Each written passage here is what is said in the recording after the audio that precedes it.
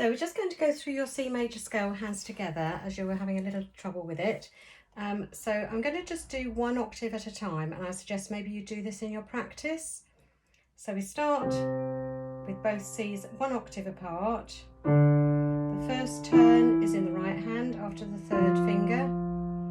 Then the third finger in the left hand comes over, and then we turn both thumbs to C. So just do that first octave, turn under in the right hand, turn over in the left hand, just the 1 octave. So no fours turning at all. It's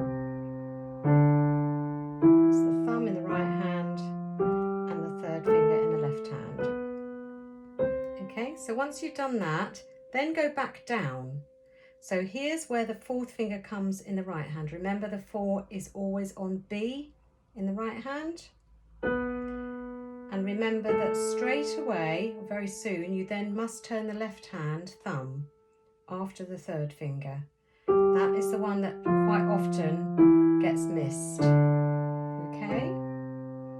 So I'm going up the first octave until I get to the C with both thumbs. Then I'm going to go back down and put my 4 over on the B. And remember to watch out for the left hand. The turn comes then after that third finger. Okay, so now I'm going to do that first octave again. Okay, turn my thumbs onto the C, and I'm going to keep going now. This is where the left hand comes over with a 4 on the D. So 4 always goes on D in the left hand. But then very soon after that, the right hand must turn after the third finger. Then the left hand comes over and we've reached the top. Okay, so I'm going to go just from halfway. So I'm not starting at the very bottom at the beginning. I'm going halfway through. So when you get halfway through the scale, you have both thumbs on C. Then if you continue going up the scale, that's the left hand 4 on the D. Then the right hand turns after the third finger, and the left hand 3 comes over to reach the top. So I would do that second octave a couple of times as well. Okay, and then maybe go right back to the beginning and try the whole of that ascending scale.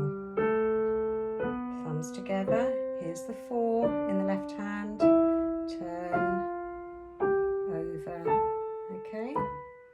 All right, now I'm going to go just down 1 octave. So I'm starting from the top, wouldn't normally repeat the top note, okay. And here you need to remember, after the third finger in the left hand, you turn the thumb. That's the first one that quite often goes wrong. Then the 3 comes over in the right hand, and we end up with those thumbs together again. Let's do that octave again. So starting from the top of the scale, going down, turn after the third finger left hand, turn over with the right hand, and turn both, or keep both thumbs on the C. All right, now I'm going to finish off and do the last octave. So here's where the fourth finger in the right hand goes to B, but be careful in the left hand not to miss that turn after the third finger. Okay, so I'm breaking the scale up into sections. So the first octave, then the second octave, all right? And maybe that will help you then with your C major scale.